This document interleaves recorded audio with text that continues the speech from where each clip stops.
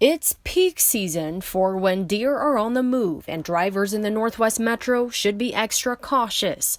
I would say November is a very busy month for us in terms of deer crashes and people that are involved in deer crashes. Lieutenant Gordon Shanks with the Minnesota State Patrol says in the last 5 years, there's been more than 7,000 deer car crashes.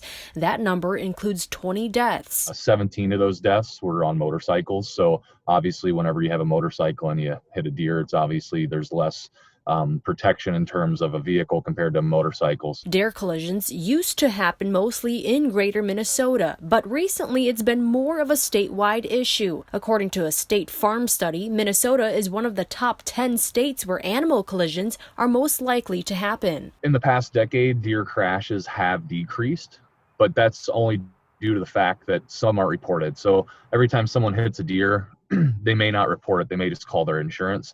So we don't have an actual accurate number in terms of what the actual data says. The number of deer car crashes is significantly lower than it used to be. Lieutenant Shank says in the 1990s, the state averaged around 6,000 deer crashes a year. Last year, there were only about 1,200. A controlled deer hunt is basically a deer hunt under where we restrict where the hunters can be. John Moriarty with Three Rivers Park District says part of the reason for the significant reduction of deer-related car accidents could be due to controlled deer hunts. We encourage the hunters to take does because what we're trying to do is manage our deer population. We basically have too many deer in the metro.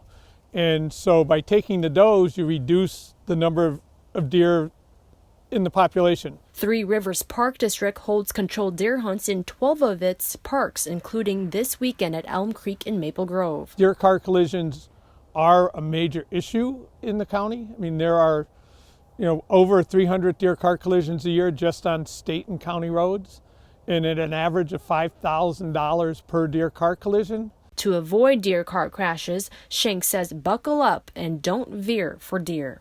If you swerve out of the way, you end up in the ditch. You end up hitting another vehicle if you swerve into the wrong way of traffic. So, the impact of that crash is going to be far more severe than hitting a deer. And if you do end up hitting a deer, Shank says call 911.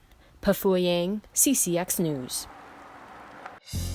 Find more local news stories at ccxmedia.org and follow us on social media.